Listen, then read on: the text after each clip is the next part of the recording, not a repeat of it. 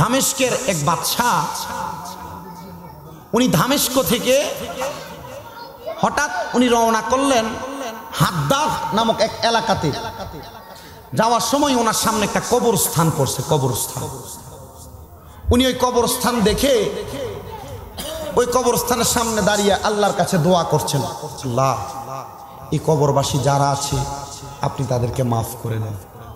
আল্লাহ এই কবরে যারা আছেন আপনি প্রত্যেকের উপর নাজাত দান করেন। উনি যখন দোয়া করছেন এমন টাইমে ওই আল্লাহর বন্ধু তাকিয়ে দেখছেন সম্পূর্ণ কবরগুলার চাইতে একজন ব্যক্তির কবরে অত্যন্ত সুশীতল, খুব সুন্দর একটা ব্যবস্থা। কারণ আল্লাহর ওলিরা এগুলা দেখার ক্ষমতা আছে কিনা বলেন, আছে কিনা? তো উনি দেখছেন ওই কবরে যেই ব্যক্তি, তার কবর নাজাত প্রাপ্ত, খুব সুন্দর সুশীতল। উনি এটা দেখার পর, এই অবস্থা দেখার পর এই কবরের সামনে দাঁড়িয়ে দাঁড়িয়ে যারা রাস্তার পাশে দিয়ে যাচ্ছে জিজ্ঞাসা করে, শোনো বাইজিদ এলাকাবাসী, চন্দ্রনগর এলাকাবাসী, তোমরা তো কবরের পাশে দিয়ে হেঁটে যাচ্ছ, এই যে একটা কবর দেখা যাচ্ছে, এই কবরের মানুষটা কে, তার পরিচয় কি তোমরা কি জানো? অনেক মানুষকে জিজ্ঞাসা করছেন, কেউ জানে না। কারণ যিনি কবরে ছিল এই ব্যক্তি এলাকার কোনো প্রসিদ্ধ লোক ছিল না। এই ব্যক্তি ছিল একজন কাঠুরিয়া, কাঠ কাটতো। কি কাটতেন?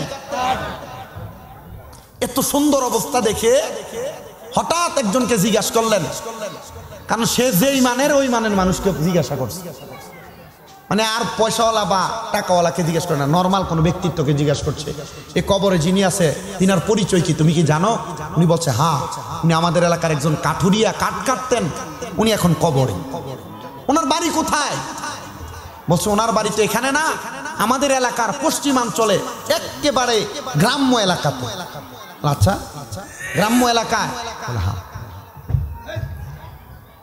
বলে পরিচয়? বলে এই এলাকাতে যান। বাড়ির পর্যন্ত গিয়ে ওই আল্লাহর ওলি বাড়ির দরজায় সালাম দিলেন, আসসালামু আলাইকুম রহমতুল্লাহ। সালাম দেওয়ার পর কোনো জবাব নাই ঘর থেকে। আবার সালাম দিচ্ছেন, আসসালামু আলাইকুম রহমতুল্লাহ, কোনো জবাব দেন। তৃতীয়বার আবার সালাম দিচ্ছেন, আসসালামু আলাইকুম রহমতুল্লাহ, কোনো জবাব নাই। তাহলে এখান থেকে আরেকটা হাদিসের আমল শিখেন। মিশকাতুল মাসাবির বাবু সালামতের ভিতরে বলছে কোন মানুষের ঘরের দরজায় গেলে মিনিমাম 3 বার সালাম দেওয়া। আর আমরা নিজের মা বাবার ঘরের দরজার সামনে গেলেও ঠাস করে দরজা থেকে ঢুকে যাই। নবী বলছেন মা বাবার ঘরের দরজার সামনে গেলেও ঘরে প্রবেশের আগে অনুমতি নিয়ে প্রবেশ করা লাগবে। নেওয়ার দরকার আছে না? এবার ওই ব্যক্তি ঘরের দরজার মধ্যে যখন 1 বার 2 বার 3 বার সালাম প্রদান করলেন, ঘরের দরজা থেকে কোনো সালামের জবাব আসতেছে না ভিতর থেকে। এবার আল্লাহর ওলি পেছনের দিকে ফিরে সামনের দিকে হাঁটতে লাগলেন। হঠাৎ করে একটা মহিলা কণ্ঠে আওয়াজ হয়, ওয়া আলাইকুমুস সালাম ওয়া রাহমাতুল্লাহি ওয়া বারাকাতুহু। জবান খুলে উচ্চ কণ্ঠে জোরে জোরে পড়েন আল্লাহু আকবার।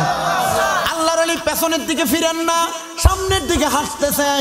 আবার একটা মহিলা কণ্ঠে সালামের জবাব দেয়, ওয়া আলাইকুমুস সালাম। সালামের কোনো জবাব দিচ্ছেন না, আর আল্লাহর ওলি পেছনের দিকে ফিরেও তাকাচ্ছেন না। আবার সালামের জবাব দেয়, ওয়া আলাইকুমুস সালাম। আল্লাহর ওলি পেছনের দিকে তাকাচ্ছেন না। এবার ওই মহিলা পেছন থেকে ডাক দিয়ে বলে, হে আল্লাহর ওলি, 3 বার সালাম দিয়েছেন, আমি 3 বার আপনাকে জবাব দিয়েছি, কিন্তু আপনি কেন আমার সালামের জবাব প্রদান করতেছেন না? অথবা আমি জবাব দিয়েছি, আপনি কেন আমার ঘরের দরজায় আসছেন, আপনি আমার কাছে কারণটা বলতেছেন না? আল্লাহর ওলি ডাক দিয়ে বলে, হে মহিলা, তোমার ঘরের দরজার মধ্যে আমি 3 বার সালাম দিয়েছি, তুমি সাথে সাথে কেন উত্তর প্রদান করো নাই? মহিলা বলে, আমি নামাজরত অবস্থার মধ্যে ছিলাম, এজন্য আমি আপনার সালামের জবাব দিতে পারি নাই। হে মহিলা, তুমি বলো সালামের জবাব তুমি দিতে পারো নাই, তোমার কাছে জানতে পারলাম। তোমার কাছে আমার একটা প্রশ্ন, তোমার স্বামী কোথায়? বলে, আমার স্বামী ইন্তেকাল করেছে, আমার স্বামী এখন কবরের মধ্যে আছে। মহিলা, তুমি আমার কাছে একটা উত্তর দাও, তোমার স্বামীর এমন কোনো আমল আছে কিনা যে আমলের কারণে তোমার স্বামীটা মরার পরে জান্নাতের মধ্যে থাকতে পারে, তোমার স্বামীর কবরের মধ্যে নাজাতের ফয়সালা হতে পারে, তোমার স্বামীর কবরের মধ্যে সুন্দর একটা জান্নাতি স্বামী আনার ব্যবস্থা হতে পারে। ওই মহিলা ডাক দিয়ে বলে শুনেন আমার স্বামীর কবরের মধ্যে এমন কোনো ভালো ব্যবস্থা হতে পারে এটা আমি গ্যারান্টি দিতে পারি না, কারণ আমার স্বামী ছিল একজন মূর্খ, আমার স্বামী কোনো ভালো ব্যক্তিত্ব ছিল না। মুসলমান মনোযোগের সাথে আলোচনা শ্রবণ করার চেষ্টা করবেন বাবারা। একটা দুনিয়ার জমিনে স্বামী মারা যাওয়ার পর স্ত্রী যদি স্বামীকে ভালো বলে স্বামী ভালো, একটা স্ত্রী যদি বলে স্বামী খারাপ স্বামী খারাপ, একটা স্বামী যদি বলে স্ত্রী ভালো স্ত্রীটা ভালো হবে, একটা স্বামী যদি বলে স্ত্রী খারাপ কবরের মধ্যে ওই স্ত্রীটাকে খারাপ বলে জানবে। এবার ওই আল্লাহর বান্দিকে প্রশ্ন করা হয় তোমার স্বামীটা কেমন ছিল? আল্লাহর বান্দি ডাক দিয়ে বলে হুজুর আল্লাহর বলে শুনেন আমার স্বামী একজন মূর্খ মানুষ ছিল। কি বলো? বলে হ্যাঁ, আমার স্বামী কোনো পড়ালেখা জানতেন না। বুঝতে পারলাম আমার স্বামী কোনো ভালো কাজ করতে জানতেন না। হুজুর আপনি আমার স্বামীর সম্পর্কে ইন্তেকালের এতদিন পরে কেন আমার কাছে জিজ্ঞাসা করতেছেন? বলে আমি তোমার কাছে জানতে চাই তুমি তোমার স্বামী সম্পর্কে আমার কাছে ভালো কিছু বলো। হুজুর আমার স্বামীর এমন কোনো ভালো কাজ ছিল না, তবে আমার স্বামীর ছোট্ট একটা ভালো ইবাদত ছিল। বলে কোন ইবাদতের কথা বলো?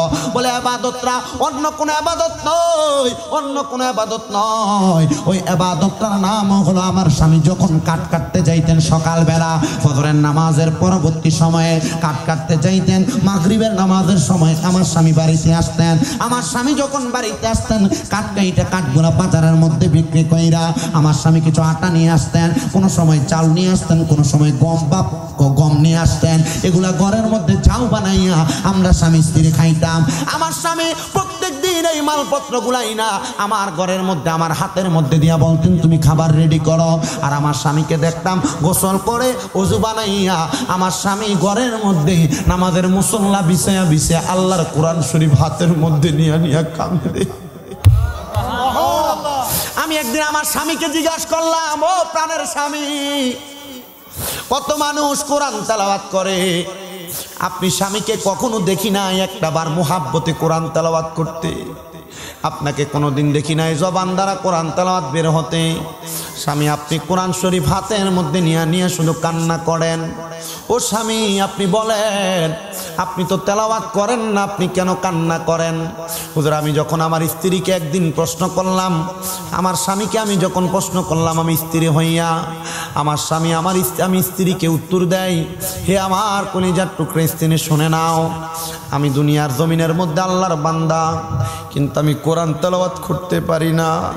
কিন্তু মসজিদের মধ্যে ইমাম সাহেব একটা হাদিস বর্ণনা করেছে কেউ যদি কোরআন না পড়তে পারে কোরআনের প্রত্যেকটা হরফের দিকে তাকিয়ে থাকে, আমার আল্লাহ পাক রব্বুল আলামিন কোরআনের হরফের দিকে তাকিয়ে থাকার কারণে তেলাওয়াতের সমপরিমাণ সওয়াব তার আমলনামায় দিয়ে দেয়।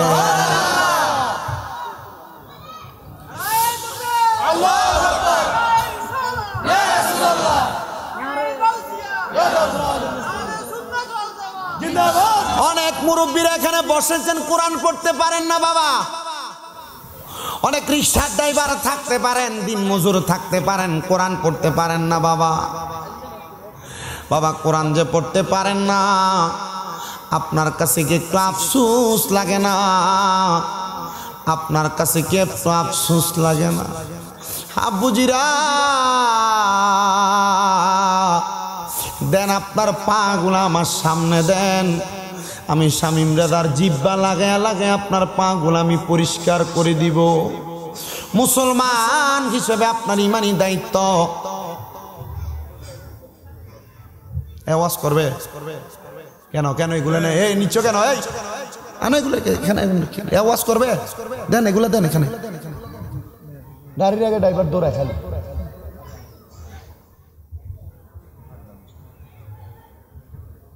এখান দিয়ে সামনে দিয়ে আর কোনো চলাচলা করা যাবে না ভাই, ঠিক আছে? আপনি বসেন, রাগ করেন না, আমার ওয়াজে ডিস্টার্ব দিল না, আমার রক্ত একটু গরম।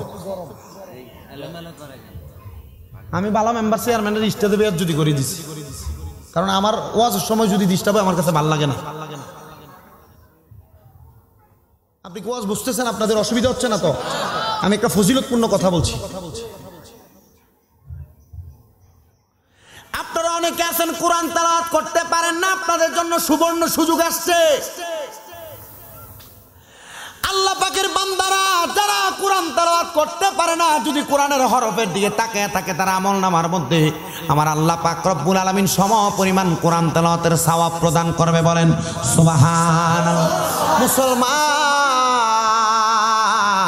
ও নবীর উম্মতের দলেরা, আশিক রাসূল বাবারা, চট্টগ্রামের বাইজিদের বন্ধুরা, আজকে এত সুন্দর করে চন্দ্রনগরের বাবাজিরা বন্ধুরা, এরশাদনগরের বাবাজিরা বন্ধুরা, আপনারা যারা বসেছেন, অনেক মুরব্বীরা আছেন কোরআন পড়তে পারেন না। আমার জীবনে আমি যেই মসজিদগুলোর মধ্যে রমজান মাসের মধ্যে চাকরি করার জন্য ছিলাম, আমি দেখেছি অনেক মুরব্বীরা আল্লাহর কোরআন হাতের মধ্যে নিয়া মসজিদের কর্নারে বসে বসে চোখের পানি ফালায়া ফালায়া কান্দে। আমি কত মুরব্বীদেরকে জিজ্ঞাসা করলাম, মুরব্বী বাবাজিরা আপনারা কেন মসজিদের পাড়ে বসে বসে কান্না করেন? এখনো তো একটা শব্দ কোরআন তেলাওয়াত করতে দেখি নাই।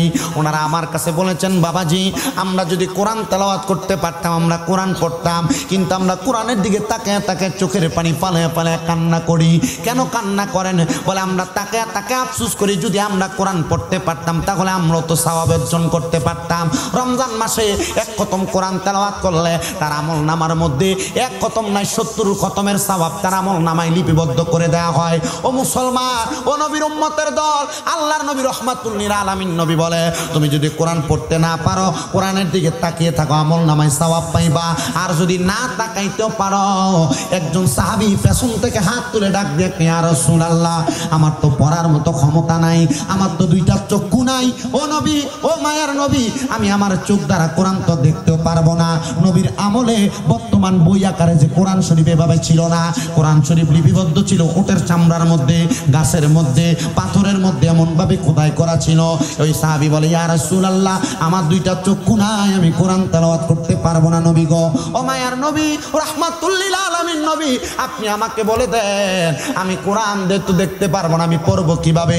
আল্লাহর নবী বলে, এই কোরআনের প্রেম, কোরআনের মুহাব্বত তুমি তোমার অন্তরে ধারণ করো, ধারণ করলে আমল নামায় কোরআন তেলাওয়াতের সওয়াব পাওয়া যাইবা।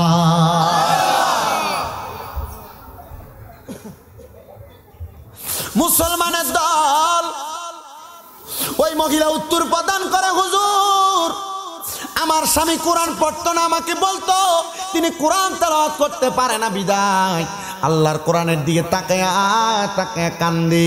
হুজুর আমার স্বামীর ব্যাপারে আপনার কোনো মন্তব্য আছে কিনা? আল্লাহর বলিটা মুস্কি মুস্কি হাসে আর ডাক দিয়া বলে, মহিলা শুনে নাও, শুনে নাও, শুনে নাও, আমার আল্লাহ পাক রব্বুল আলামিন তোমার স্বামীর অন্য কোনো ইবাদত নয়, শুধু কোরআনের দিকে তাকায় তাকায় কান্না করার কারণে আমার আল্লাহ তোমার স্বামীর কবরের আযাব মাফ করে দিছে।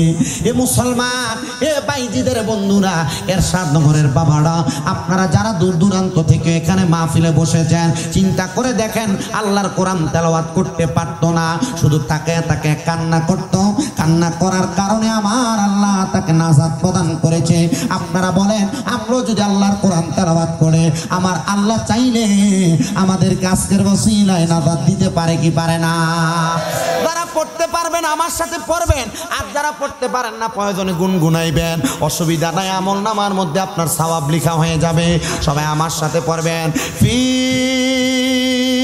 শান হাবিবিহি ওয়া মাহবুবিহি ওয়া মা'শুকিহি মুখবিরান ওয়া আমিরা, ইন্নাল্লাহা ওয়া মালাইকাতাহু ইউসাল্লুনা আলান নবী ইয়া আইয়ুহাল্লাযীনা আমানু সাল্লু আলাইহি ওয়া সাল্লিমু তাসলিমা।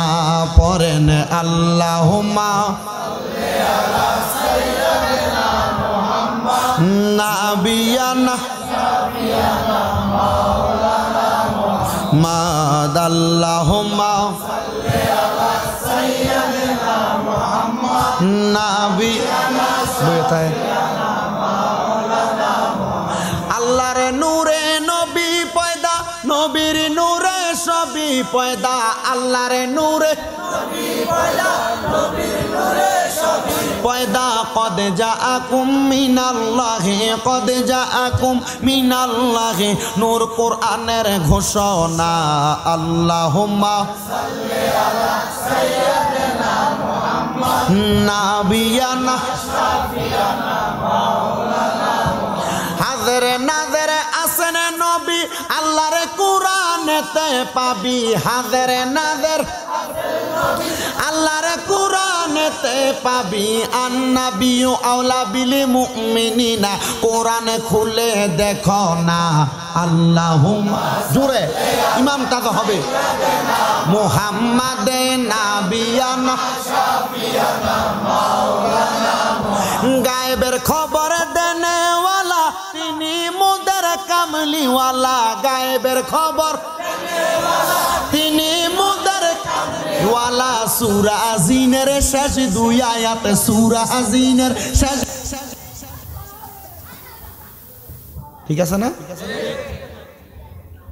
দুরূদ শরীফ পড়লে তথ্যবহুল পড়েন না হয়তো এটার মাধ্যমে আপনার কলব জিন্দা হবে রূহ তাজা হবে ঈমান পরিপক্ত হবে ঠিক কি না ঠিক কি না এই দুরূদ শরীফের অনেক ফজিলত দুরূদ শরীফের একটা ফজিলত আমি বলছি নবীজি বলছেন আমার উম্মতের মধ্যে উম্মতেরা আমি নবীর প্রতি যত বেশি দুরূদ শরীফ আদায় করবে জান্নাতের মধ্যে উম্মতেরা আমি নবীর তত কাছাকাছি থাকবে আমরা নবীর কাছাকাছি থাকতে চাই কিনা ধরে বলেন না চাই কিনা তাহলে মুহাব্বতে দুরূদ পড়া লাগবে কিনা মুহাব্বতে দুরূদ শরীফ আদায় করেন আল্লাহুম্মা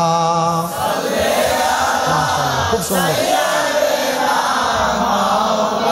আমি এটাতে বৈশা মজা পাইতেছি ও আলা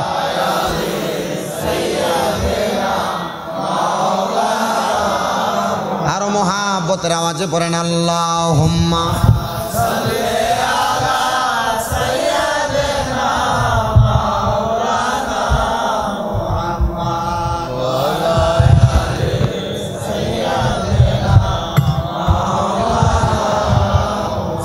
লা ইলাহা ইল্লাল্লাহ আবার ঠিক আছে লা ইলাহা হাসবি রব্বি জাল্লাল্লাহু মা ফি লা পড়েন হাসবি জাল্লাল্লাহু মা ফি নূরে মুহাম্মদ পড়েন নূরে মুহাম্মদ ও লা ইলাহা ইল্লাল্লাহ লা ইলাহা লা ইলাহা আল্লাহ সারা মাবুদ নাই আমার নবীজি সারা উপায় নাই বলেন আল্লাহ সারা মাবুদ নাই আমার নবীজি সারা উপায় ওই নবীকে পাইতে হইলে ওই নবীকে পাইতে হইলে ওলি আল্লাহর দয়া চাই লা ইলাহা লা ইলাহা নামাজ রোজা সাইরো না সবাই মা বাবার খেদমত সাইরো না বলেন নামাজ না সবাই মা বাবার খেদমত সাইরো না আমার নবীর দুরূদ বইল না বলেন নবীর আমার নবীও তোমায় ভুলবে না লা ইলাহা লা ইলাহা লা ইলাহা অনেক দূরে মদিনা আমরা কেমনে যাব যাইতে চাই কিনা যারা যাইতে চাই মুহাব্বত একটা তাকবীর দেন নারে তাকবীর নারে রিসালাত নারে গাউসিয়া কাঠগড় যাওয়ার আগে সাক্কা ফামসার এয়ারপোর্ট পৌঁছানো যাবে না আওয়াজ দিয়া মদিনা যাইতে গেলে ইমানি আওয়াজ বল আওয়াজ লাগবে হযরত বেলাল যেমন ভাবে আযান দিছে মক্কায় আযানের আওয়াজ শোনা গেছে আল্লাহর লামকানে আপনারা বলেন বেলালের মতো প্রেম নিয়ে আমরা মদিনা যাইতে চাই কি চাই না যারা যাইতে চাই ডান হাতটা সোজা করে তুইলা দে বাবা জোরে তো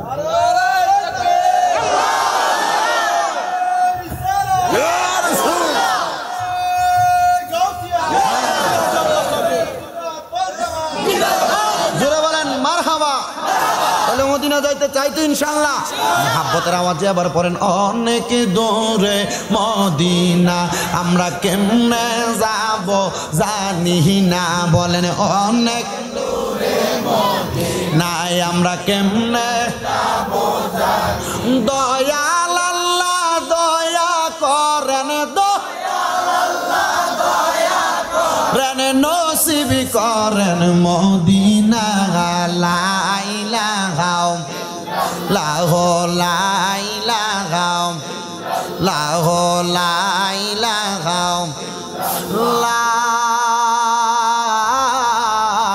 ইলাহা ইল্লাল্লাহু মুহাম্মাদুর রাসূলুল্লাহ সাল্লাল্লাহু আলাইহি ওয়াসাল্লাম। আমার চট্টগ্রাম জেলার অন্তর্গত বাইজিদ বুস্তামি থানাধীন এরশাদনগর জামে মসজিদ প্রাঙ্গণে এরশাদনগর জামে মসজিদ কমিটি এলাকাবাসীর উদ্যোগে পবিত্র ঈদে মিলাদুন্নবী সাল্লাল্লাহু আলাইহি ওয়াসাল্লাম উদযাপন উপলক্ষে ৪৪তম আজিমুশান ওয়াজ ও দোয়ার মাহফিলের আমার বাবাজিরা বন্ধুরা, পর্দার অন্তরালের মা বোনেরা, আপনারা যারা যারা মাইকের আওয়াজ শুনতেছেন, আমি আপনাদেরকে বলবো, আপনারা বলেন বাবারা, আমরা সবার জীবনে গুনাহ আছে না নাই? এই মজলিসে যত মানুষ আছে সবার চাইতে গুনাহগার আমি, সবার চাইতে নিকৃষ্ট আমি, সবার চাইতে নাচিস আমি, সবার চাইতে নাখানদার আমি। আল্লাহর কসম, আমার মনে হয় আমার গুনাহ যদি আপনারা এরশাদনগরের মানুষ দেখতেন, আমাকে আজকের মাহফিলে বক্তা বানাইয়া বসাইতেন না। হে আমার ভাই বাবারা, আমার গুনাহগুলা গোপন করে রাখছেন একজন, আরো জোরে বলেন না কি? বাজান রে, এরশাদনগরের বাবারা, আপনাদের এলাকার মধ্যে কেউ যদি চুরি করে, রাস্তা দিয়ে হাইটা গেলে মানুষ তার সামনে দেয়া কয় চোর, পেছন থেকে ইশারা দিয়া কয় চোর, বলে কিনা? বলে কিনা? মানুষ তারে চোর বইলা সম্বোধন করে। কিন্তু এরশাদনগরের যুবক, এরশাদনগরের মুরব্বীরা, এরশাদনগরের আমার মা বোনেরা যদি আলোচনাটা শুনেন, অন্তরের কানটা লাগিয়ে শুনবেন গো মা, অন্তরের কানটা লাগিয়ে শুনবারে যুবক, অন্তরের কানটা লাগিয়ে শুনবেন নে মুরব্বীরা। আপনার আমার জীবনে যত গুনাহ আছে, আমরা গুনাহগুলা প্রকাশ্যে করছি, গোপনে করছি, লুকিয়া লুকিয়া আমরা গুনাহ করছি। বাপের গুনাহ যদি ফুতে দেখতো বাপ বইলা পরিচয় দিত না, সন্তানের গুনাহ যদি মা দেখতো সন্তান বইলা পরিচয় দিত না, এলাকার কোনো মানুষের গুনাহ যদি কেউ দেখতো সমাজ থেকে মানুষ তারা দূর দূর করে তাড়াইয়া দিত।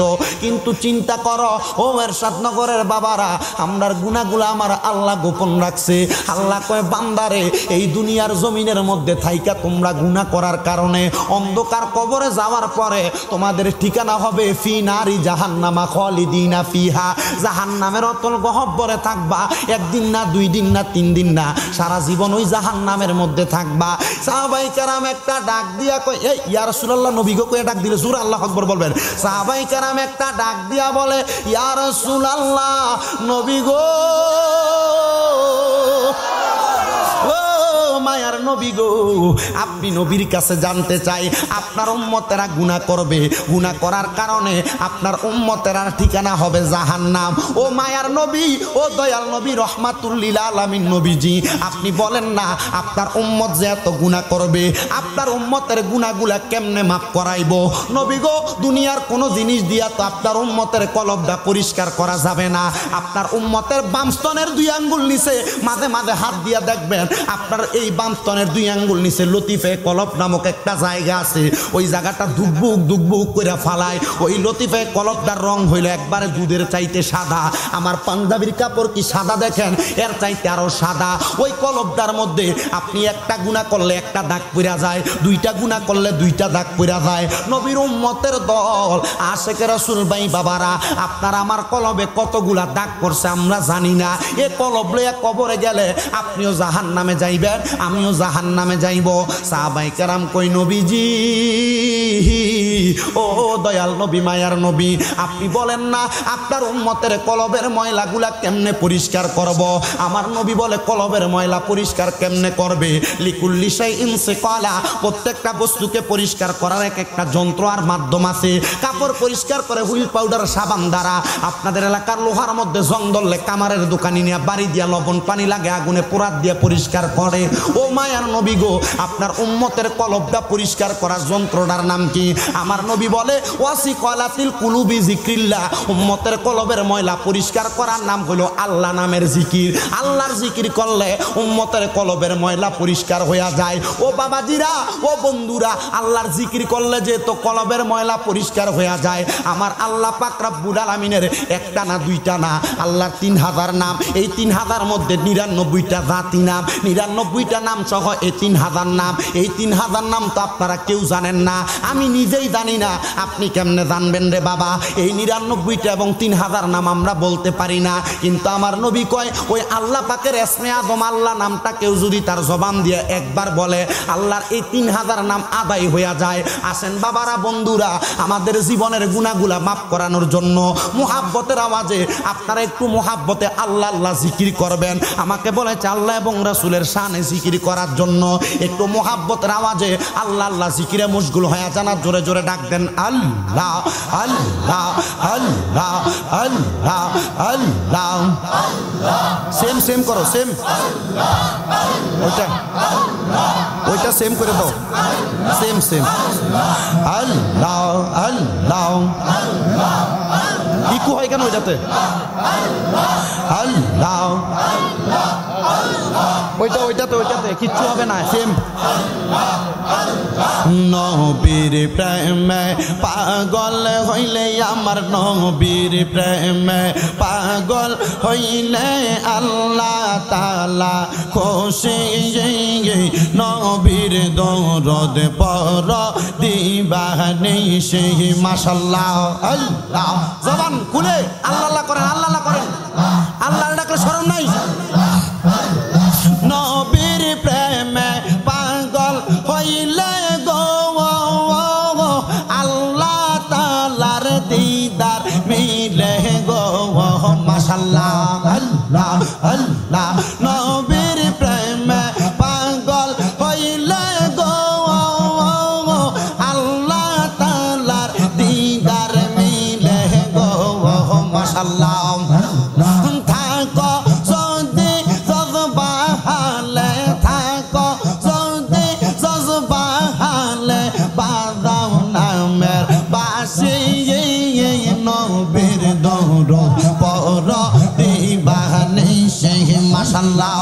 আল্লাহ আল্লাহ। নবীর প্রেমে পাগল হইলে, আমার নবীর প্রেমে পাগল হইলে আল্লাহ তাআলা খুশি। নবীর দরদ পড় দিবানি সেই মাশাআল্লাহ। নবীর প্রেমে যে হয় মাতাল, তাহার সম্মান রইছে চিরকালো। নবীর প্রেমে যে হয় মাতাল, তাহার সম্মান রইছে চিরকালো। প্রমাণ আছে হযরত বিল্লাল, প্রমাণ আছে হযরত বিল্লাল বানছে প্রেম রশি। নবীর দরদ পড় দিবানি সেই মাশাআল্লাহ। আল্লাহ জবান খুলে আল্লাহ আল্লাহ আল্লাহ আল্লাহ আল্লাহ আল্লাহ আল্লাহ। মুর্শিদ মুর্শিদ কইরাই আমার ঘুমাসে না নয়নে। মুর্শিদ মুর্শিদ কইরাই আমার ঘুমাসে না নয়নে। আমার বলিবা গো মুর্শিদ কে মোহনে মাশাআল্লাহ। আমার বলিবা গো মুর্শিদ কে মোহনে মাশাআল্লাহ। তোমায় আমি ভালোবাসি পাগলের মতো, মনে চাইলে এই পাগল মন ছুটে গত ভবন মাশাআল্লাহ। এলাকার লোক যেই যাব লোক বলবো না হাসিমি তোমারে।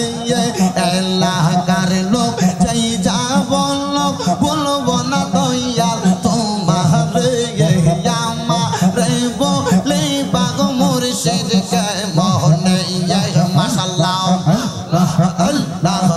মুর্শিদ মুর্শিদ কইরাই আমার ঘুমাসে না নয়নে গাউসে ভান্ডারের নামটা লইয়া ঘুমাসে না নয়নে আমার বলে বাগ দয়াল কে মোহনে মাশাআল্লাহ আল্লাহ আল্লাহ তোমাকে হারানোর ব্যথা মনে রাত রোদিন ভুলে নেই বলবো না গো মুর্শিদ তোমায় কোন দিন মাশাআল্লাহ তোমাকে হারানোর ব্যথা মনে রাত রোদিন ভুলে নেই বলবো না গো মুর্শিদ তোমায় কোন দিন মাশাআল্লাহ লাহ লোক সমাজে কলঙ্কি আমি গলাই কলঙ্কের মালা লাহ লোক সমাজে কলঙ্কি আমি গলাই কলঙ্কের মালা আমারে বলি বাগ মুর্শিদ কেমনে মাশাআল্লাহ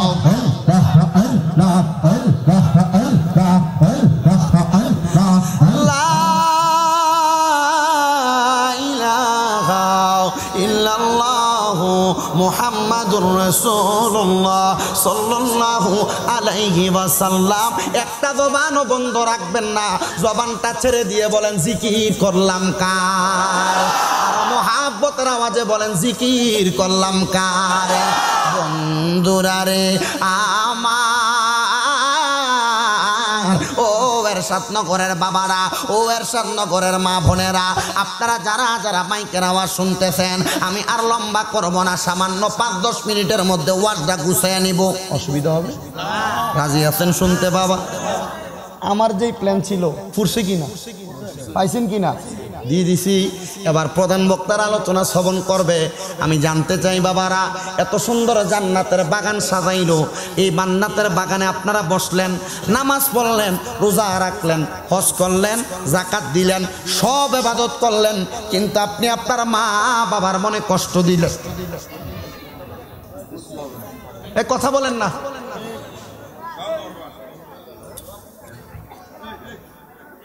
বিসমিল্লাহির রহমানির রহিম।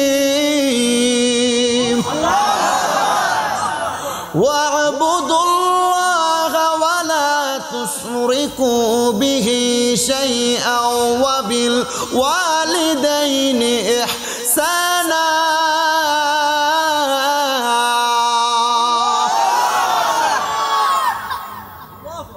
ঘোষণা করেছেন একজন, তিনি কে? আল্লাহ বলেন ওয়া'বুদুল্লাহ, তোমরা আল্লাহর ইবাদত করো, ওয়ালা তুশরিকু বিহি শাইআ, কোনো কিছুর মাঝে আল্লাহর সঙ্গে শিরিক করবে না, অংশীদার করবে না। ওয়াবিল ওয়ালিদাইনি ইহসানা, তোমরা তোমাদের মা বাবার প্রতি ইহসান করো। ইহসান বলতে আপনি কি বুঝেন? ইহসান বলতে মা বাবার প্রতি উত্তম আচরণ করা, ইহসান বলতে মা বাবার খেদমত করা, ইহসান বলতে আম্মা আব্বার যত প্রয়োজনীয় কাজ তা সন্তান সম্পাদন করে দেওয়া। ইহসান বলতে আম্মা আব্বার প্রতি সুন্দর আচরণের মাধ্যমে মা বাবাকে এমন ভাবে পরিচালনা করা যেন মা আল্লাহর দরবারে একটা দোয়া করার কারণে আল্লাহ পাক আপনাকেও এই বাইজিদ বোস্তামির মতো ওলি বানিয়ে দেন। আর ঘরের মধ্যে আপনি আপনার মা বাবার কলিজায় আঘাত দিয়ে, আমি শামীম রেজা নয়, চট্টগ্রাম জামিয়া আহমদিয়া সুন্নি আলিয়া মাদ্রাসা সহ যত পৃথিবীর বড় বড় মাদ্রাসা আছে, প্রত্যেক মাদ্রাসার বড় বড় উলামায়ে কেরামের আলোচনা শ্রবণ করলেও জান্নাতের গেট দূরের কথা, গ্রাণও পাবেন না। কথা বলেন। এই জন্য যারা মা বাবার মনে কষ্ট দিয়েছেন, মা বাবাকে জুদা করে দিয়েছেন, মা বাবাকে আলাদা করে দিয়েছেন, আল্লাহর বস্তে দেন আপনার পাও আমার সামনে দেন, আমি শামীম রেজার জিহ্বা দিয়ে আপনার পা পরিষ্কার করে দিব। আজকে এখান থেকে বাড়িতে গিয়ে মা বাবার পায়ে ধরে মাপ চাইবেন। যতক্ষণ পর্যন্ত আপনার মা আপনার বাবা মুখ দিয়ে বলছে হ্যাঁ সন্তান তোমাকে মাফ করে দিছি, ততক্ষণ পর্যন্ত মা বাবার পাও ছাড়বেন না। আর নচেত এ আম্মা আব্বার মনে যদি কষ্ট যায়, সাখাতুর রব্বি ফি সাখাতিল ওয়ালিদাইন, আম্মা আব্বার অসন্তুষ্টি মানি আল্লাহ অসন্তুষ্টি।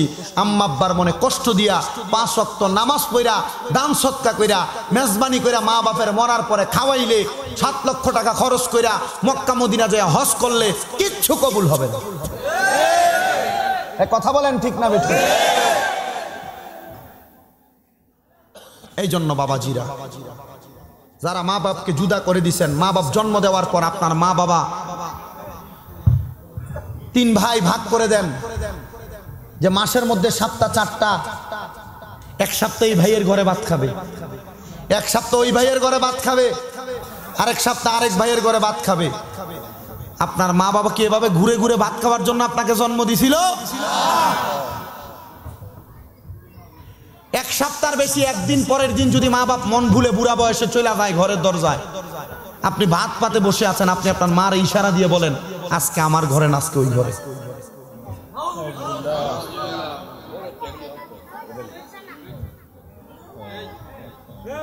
আল্লাহর ওয়াস্তে আপনাদের কদমে ধরে আমি বলতেছি, যদি কেউ মা বাপকে জুদা করে দিয়ে থাকেন, এত বড় নিয়ামত, এত বড় নিয়ামত, আজকে এখান থেকে যে মাকে যে ডাক দিবেন, মা বাপ খাবার খাওয়ানো নিয়া সন্তানের মাঝে ঝগড়া হয়, এলাকার মানুষ মীমাংসা করে দেওয়া লাগে। আরে আম্মা আব্বাকে খাওয়া দাওয়া করানো নিয়ে ঝগড়া নয়, আপনি আপনার মা এবং বাবাকে নিয়ে কারাকারি করার কথা, মা বাবাকে নিয়ে কারাকারি করার কথা, যেন আপনার মা বাবা খাবার দেওয়ার জন্য আপনি আপনার মা বাবাকে টানতেছেন। আপনাদের কষ্ট হচ্ছে, কোনো অসুবিধা হচ্ছে? সময় শেষ করে দিচ্ছি।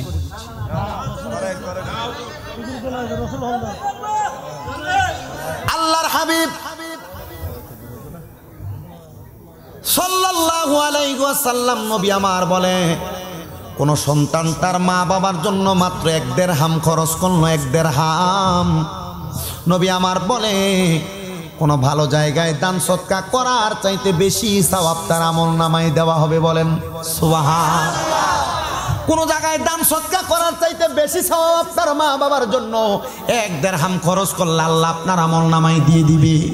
মুসলমান ইমানদারের দলেরা, ও এরশাদ নগরের বাবাজিরা, পর্দার অন্তরালের মা বোনেরা, আপনারা যারা যারা শামীম রাজার বয়ান শ্রবণ করতেছেন, আপনাদের কদমে হাত দিয়ে বলবো, আপনারা এই আমার ছোট্ট একটা আদেশ যদি মানতে পারেন, আপনার জান্নাত নিশ্চিত হবে। কথা বলেন ঠিক কিনা? নারে তাকবীর, নারে রিসালাত, নারে গাউসিয়া, আহলে সুন্নাত ওয়াল জামাত, প্রধান বক্তা হযরত মাওলানা আশরাফুল ইসলাম আজিদি সাহেব, জোরে বলেন মারহাবা। মূল্যবান আলোচনা করবেন আপনাদেরকে নিয়ে, সময় দিলে 5 মিনিট কথা বলবো, নাইলে ছেড়ে দিবেন। 5 মিনিট কথা, 10 মিনিট বলেন। আল্লাহ কবুল করুক। জোরে পড়ে নাম, আরো জোরে পড়ে আমিন। আল্লাহর নবী ডাক দিয়ে কই, উম্মত আমার শুনে নাও, দুনিয়ার জমিনের মধ্যে আমার কোন উম্মত যদি তার মা বাবার জন্য মাত্র 1 দিরহাম খরচ করে, তার আমলনামার মধ্যে অন্যান্য জায়গায় দান সৎকা করার চাইতে বেশি সওয়াব লিপিবদ্ধ করে দেওয়া হবে। যুবক ভাইরা, মুরব্বী বাবাজিরা, কেউ যদি মা বাবার মনে কষ্ট দিয়া থাকো, বা এ ঝগড়া করে মা বাপকে জুদা করে দিয়ে থাকো, বা এর স্ত্রীর সাথে ঝগড়া করে আম্মা আব্বার কোনি জায়গা দিয়ে থাকো, দাও তোমার পাওটা আমার সামনে দাও, আমি শামীম রাজার জিহ্বা দ্বারা তোমার পাও পরিষ্কার করে দিব। সন্তানের দল, আল্লাহর নবী কয় শুধু মা বাবার পায়ের মধ্যে ধরে মাপ চাইবা না, সন্তান মাঝে মাঝে সুযোগ পাইলে আম্মা আব্বার পায়ের মধ্যে চুম্বন করবা। আমি যদি তালাশ করি এই মাহফিলে 5-10টা সন্তান পাওয়া যাবে কিনা মা বাবার পায়ে চুম্বন করেছ, আমার মনে হবে উত্তর আসবে, হুজুর আম্মা আব্বার পায়ে চুম্বন করব দূরের কথা, 2 ঈদে মা বাবার পায়ে ধরে সালামি করি না, আমার শরম লাগে। আর নবী বলতেছে, সন্তান আম্মা আব্বার কদমে চুম্বন করলে, আম্মা আব্বার কদমে চুম্বন করলে আল্লাহর জান্নাতের চৌকাঠে চুম্বন করার সওয়াব পাইবা। বলেন সুবহান। আমার আমার নবীজির হায়াতি জিন্দেগির দুনিয়ার জমিনের 63 বছরের মধ্যে 40 বছর বয়সে নবীর নবুয়াত প্রকাশ পেয়েছে। আমার নবীর নবুয়াত প্রকাশ হওয়ার পরে নবী আমার মক্কার জমিনের মধ্যে 13 বছর পর্যন্ত ছিলেন। তারপরে হিজরত করে নবীজি 10 বছরের জন্য মদিনায় চলে গেছেন। নবী মদিনায় যাওয়ার পরে নবী সাহাবায়ে কেরামকে নবী আমার বলেছে, সাহাবীরা তোমরা আমি নবীর কাছে কি চাও? সব সাহাবীরা ডাক দিয়ে কই, ইয়া রাসূলুল্লাহ আপনি নবীর সাথে আমরা চাই। আপনি বলেছেন ওয়া আনা আউয়ালু মান ইয়াকরাউ বাবাল জান্নাহ, আপনি নবী সর্বপ্রথম জান্নাতের দরজা খুলবেন। মায়ার নবী, দয়াল নবী, ও নবী আপনি আমাদেরকে আপনার সাথী বানায়া জান্নাতে নিয়ে যাইবেন। আরেকজন সাহাবী হাত তুলে বলে, ইয়া রাসূলুল্লাহ মায়ার নবী গো আপনি আমাদেরকে জান্নাতে নিয়ে যাবেন, এটাও আমার কথা। আপনার কাছে আমার আরেকটা চাহিদা আছে। ও নবী আপনি যেদিন মক্কা থেকে মদিনা থেকে মক্কার জমিনে হিজরত করে যাবেন, যাওয়ার সময় আপনি নবী আমাকে আপনার সাথী বানিয়ে নিয়ে যাবেন। নবী আমার প্রশ্ন করে, সাহাবী কেন তুমি মক্কা যাইবা?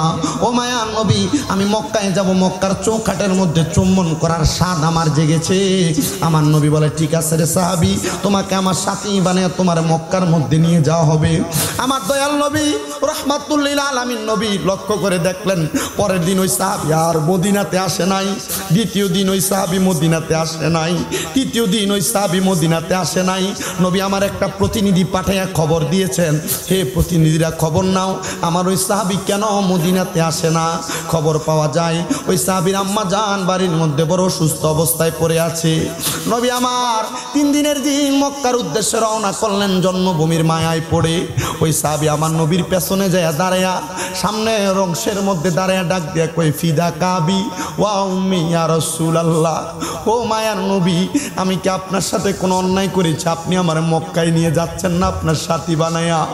নবী আমার ডাক দিয়া কই, সাহাবী কোনো অন্যায় করো নাই। বলে, নবী গো আপনার সঙ্গে আমার ওয়াদা, আপনি মক্কায় যাওয়ার সময় আমারে মক্কায় নিয়ে যাবেন। নবী আপনি কেন আমারে মক্কায় নিয়ে যান নাই? আমার নবী কয়, তোমার বাড়িতে আম্মা জান অসুস্থ, এই জন্য তোমারে আমি মক্কায় নিয়ে যাই নাই। নবী আমার আম্মা জানের চাইতে কি মক্কার দাম কম নাকি যে আমি বাড়িতে থাকবো আমার আম্মা জানের খেদমত করব? আমার নবী কয়, হ্যাঁ রেদার রব্বি ফি রিদাল ওয়ালিদাইন, আম্মা আব্বার সন্তুষ্টি তো এই মক্কার মালিক আল্লাহ সন্তুষ্টি হয়। হে উম্মত বাড়ির মধ্যে যাও আম্মা জানের খেদমত করো। ওই সাহাবী বলি, ইয়া রাসূলুল্লাহ আমি মক্কায় যাব, শখ আমার মক্কার চৌকাটে চুম্বন করা। নবী কয়, এ সাহাবী বাড়ির মধ্যে মা কি এখনো বেঁচে আছে? হ্যাঁ ইয়া রাসূলুল্লাহ আমার মা এখনো জীবিত আছে। বাড়ির মধ্যে যাইয়া আম্মা জানের কদমের মধ্যে চুম্বন করবা। আম্মা জানের কদমে চুম্বন করলে মক্কার চৌকাট না আল্লাহর জান্নাতের চৌকাটে চুম্বন করার সওয়াব তুমি পায়া যাইবা। হে আমার এরশাদ নগরের যুবক ভাই, মা বাবা বেঁচে আছে কিনা জানি না, যদি বাইচা থাকে এখান থেকে বাড়িতে যে আম্মা আব্বার পাগুলার মধ্যে ধরে মাপ চাইবা। আর যদি আম্মা আব্বা বাইচা না থাকে, অনেকে চিন্তা করে হুজুর যাদের বাড়িতে মা আছে তারা বাড়িতে যে মার পায়ের মধ্যে ধরে মাপ চাইবো। আমার তো মা নাই, আমি কার পায়ের মধ্যে ধরে মাপ চাইবো? হুজুর যাদের বাড়িতে বাবা আছে তারা বাড়িতে যা বাবার পায়ের মধ্যে ধরে মাপ চাইবো। আমার তো বাড়িতে আব্বা নাই, আমি কার পায়ের মধ্যে ধরে মাপ চাইবো? আল্লাহর নবী কয়, মা বাবা যদি দুনিয়াতে না থাকে এ সন্তান তোমার একটা দায়িত্ব, আসসালাতু আলাইহিমা, মা বাবার জন্য দোয়া করা। নবী কয়, কোনো সন্তানের মা বাবা মারা যাওয়ার পরে ওই সন্তান যদি রব্বির হামহুমা কামা রব্বায়ানি সগীরা বলে চোখের মণিকোঠার মধ্যে একটা মাছির মাথা পরিমাণ পানি ছেড়ে দিয়ে কান্না করে, ওই পানিটা মাটিতে পড়ার আগে আমার আল্লাহ তার মা বাবার জীবনের গুনাহ মাফ করে দেয়। এ সন্তান এখন তোমার চোখের পানি আসে না তোমার মায়ের জন্য, কিন্তু বাড়িতে যে মায়ের পুরান কাপড়টা দেখলে তোমার চোখের পানি বায়া বায়া পড়ে, আব্বার পুরান লুঙ্গিটা দেখলে চোখের পানি বায়া বায়া পড়ে। দরজাটা খুলতে খেয়ে যাই ধোকা, বাবা বুঝি বলছে হেলে নাকি খোকা, বুকের ভিতরটা লড়ে চড়ে উঠে, সবাই আছে শুধু বাবা নেই শুধু মানে। কি হবে তোমার লাখ লাখ টাকা দিয়া, কি হবে তোমার কোটি টাকা দিয়া, তোমার আব্বা জান ছিঁড়া লুঙ্গি পরে তার জীবন যৌবন কাটিয়া দিছে, তোমারে নতুন জামা কাপড় কিনা দিছে। আব্বারে যদি প্রশ্ন করতো বাবা নতুন একটা লুঙ্গি কিনেন না কেন, আব্বা উত্তর দিত এখন কি আমার আর নতুন জামা কাপড় পরার বয়স আসেনি, আপনারে পরাইতো। এখন আপনার কাছে টাকা আছে, আপনার বাবার অভাবের কথা আপনারে বলতো না, কিন্তু আপনি আপনার বাবারে 500 টাকা দিয়ে একটা লুঙ্গি কিনা পরাইতে পারেন না। হে সন্তান, এখন আপনার কাছে টাকা আছে, আপনার মায়ের কাপড়ের আসলাটার মধ্যে 10-20 টাকা বাইন্দা রাখতো, আপনি সন্তানকে খুইলা দিয়া দিত স্কুলে যাওয়ার সময়, মাদ্রাসায় যাওয়ার সময়, কাজে যাওয়ার সময়। আরে আম্মা জানের কাপড়টা ছিঁড়া থাকতো, আম্মা এটারে সুই সুতা দিয়া সিলাইয়া পড়তো, আম্মা অভাবের কথা বলতো না। এখন তুমি সন্তানের কাছে লাখ লাখ টাকা, ঈদ যায় চাঁদ যায়, তুমি তোমার মার একটা কাপড় কিনা পরাইতে পারো না।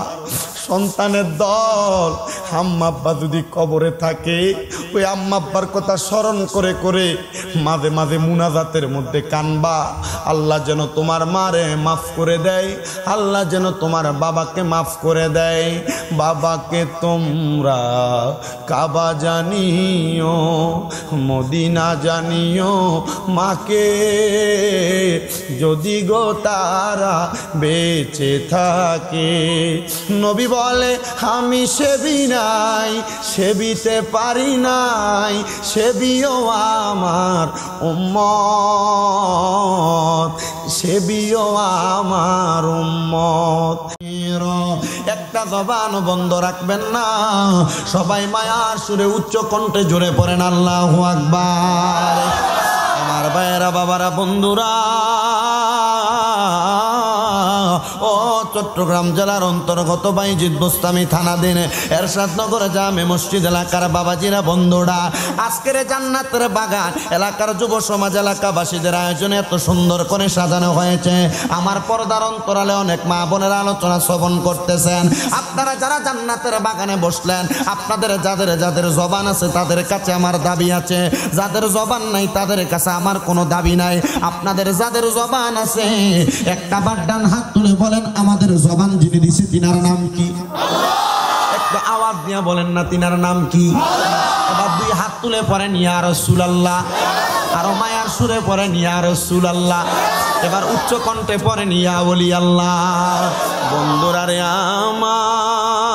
আমার, এই জবানের মালিক আল্লাহ, জবান দিলেন আল্লাহ।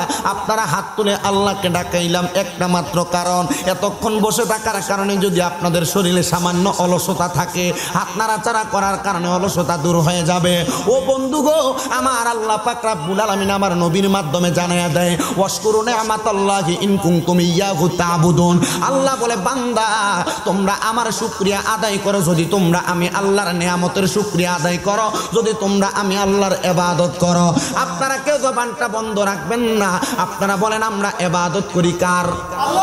আরো জোরে বলেন ইবাদত করি কার? আমরা সবাই আল্লাহর ইবাদত করি, আমরা সবাই নবীজির দুরূদ শরীফ আদায় করি। জবান দিলেন আল্লাহ, হাত দিলেন আল্লাহ, পাও দিলেন আল্লাহ, পায়ের পাতা থেকে চুলের আগা পর্যন্ত যতটুকু জায়গা, এই সম্পূর্ণ দেহটা বানাইয়া আমার আল্লাহ আমাদেরকে কোরআনুল কারিমে উপাধি দিলেন ইনসান। কি দিলেন? বলেন বলেন। এটা বহু বছর সুন্দর চেহারা ইনসান, কালো চেহারা ইনসান, পা নাই ইনসান, পুরুষ ইনসান, নারী ইনসান, যা আছে সব ইনসান, ধনী গরিব সব ইনসান।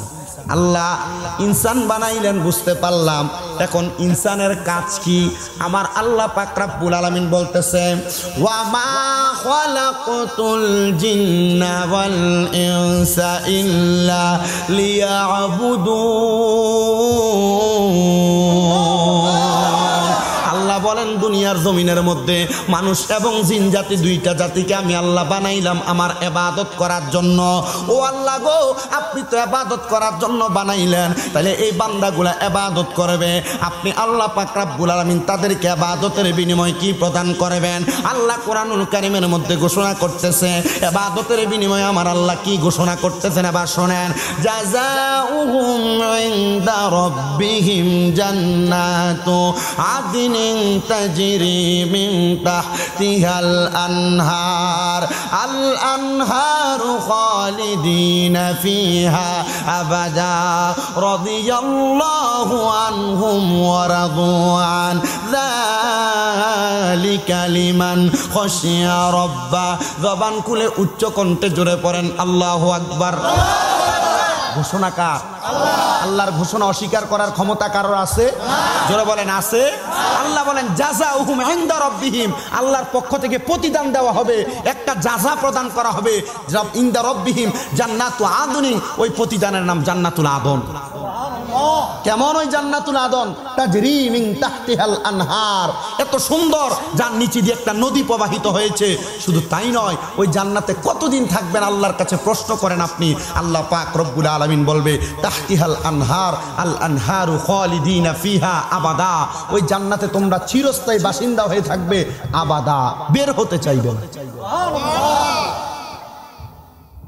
আল্লাহ ওই জান্নাতে কারা থাকবে? আল্লাহ বলছেন রাদিয়াল্লাহু আনহুম ওয়া রাদু আন, যারা আল্লাহর প্রতি রাজি খুশি। আপনারা বলেন আমরা আল্লাহর প্রতি রাজি খুশি আছি কিনা? এত সুন্দর অবয়ব ইনসান বানাইলেন, আমরা রাজি খুশি আছি কিনা? ওয়া রাদু আন, এবং আল্লাহ যাদের প্রতি রাজি খুশি। এবার আপনি দুনিয়াতে জন্মের পর থেকে এখন পর্যন্ত যেই কর্ম করতেছেন, আপনার কর্মের কারণে আল্লাহ আপনার প্রতি রাজি হবেন কিনা এটা বোঝার দায়িত্ব আকল আপনাকে আল্লাহ দিয়েছে। নামাজ না পড়লে আল্লাহ নারাজ, রোজা না রাখলে আল্লাহ, সুন্দর ভালোভাবে চলাফেরা না করলে আল্লাহ, মিথ্যা কথা বললে আল্লাহ, গালি দিলে আল্লাহ, সুদ খাইলে আল্লাহ। এটা বেশি, হ্যাঁ, ঘরে ঘরে এগুলা হয় সুদ খায়, নয় সুদ দেয়, নয় সুদের সাক্ষী, নয় সুদের কারবারি লেখে। আপনারা বলেন এই সুদের কারবার করলে আল্লাহ। আমি ওই দিন ব্যাংকে গেছিলাম টাকা নেওয়ার জন্য, কথা বলা যাবে না। নেওয়ার জন্য যাওয়ার পর আমাকে এক ব্যাংক কর্মকর্তা পরিচিত হওয়ার কারণে আমাকে ডাক দিয়ে বলছে, হুজুর ভালো একটা মুনাফার হিসাব আসছে, তো টাকা পয়সা থাকলে রেখে দিয়েন, ভালো একটা অ্যামাউন্ট পাবেন। কি বলছেন হুজুর? ভালো একটা মুনাফা এসেছে, টাকা পয়সা থাকলে রেখে দিয়েন, ভালো একটা মুনাফা পাবেন। আমি তো মুনাফা কোনটা? হুজুর লাভ পাবেন আর কি লাভ। আমি কই এটা লাভটাকে তো আল্লাহ পাক রব্বুল আলামিন হারাম বলছেন। তাহলে সুদকে ডিজিটাল পদ্ধতিতে নাম দিছে মুনাফা। কথা বলেন না কেন? সুদকে ডিজিটাল পদ্ধতিতে নাম দিছে মুনাফা। এই সুদকে ডিজিটাল পদ্ধতিতে নাম দিছে মুদারাবা হিসাব। এই সুদকে ডিজিটাল পদ্ধতিতে এখন নাম দিছে ইন্টারেস্ট। আল্লাহর কসম, মুনাফা, মুদারাবা হিসাব, ইন্টারেস্ট যেইটাই করেন না কেন হারাম হারাম হারাম। এই খাবার খায়া 5 ওয়াক্ত ইবাদত করে কপাল কালো বানাইতে পারবেন, আল্লাহর কাছে পছন্দনীয় হইতে পারবেন না। এক সরকারি কর্মকর্তাকে প্রশ্ন করলাম, কাকা আপনার তো কোনো ছেলে মেয়ে নাই, কিভাবে চলেন?